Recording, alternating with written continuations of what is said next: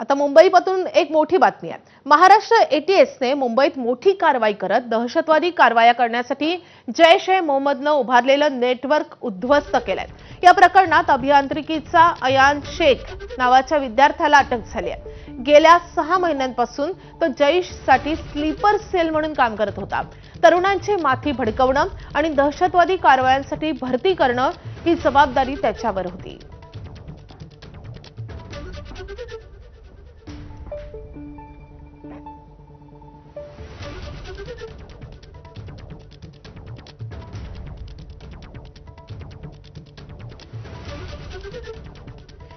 तर मुंबईमध्ये जैशचं हे टेरर नेटवर्क कसं काम करत होतं आपण ग्राफिक्सद्वारे पाहूयात।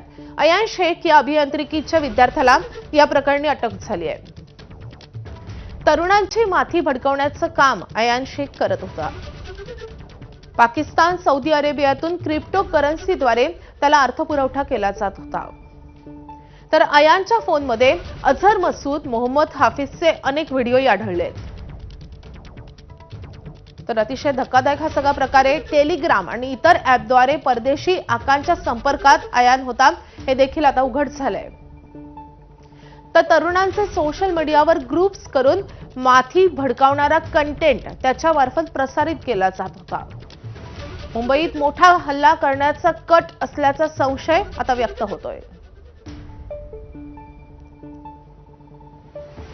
तर मुंबईमध्ये आता जैशचे हे नेटवर्क आता उद्ध्वस्त करण्यात यश मिळालंय।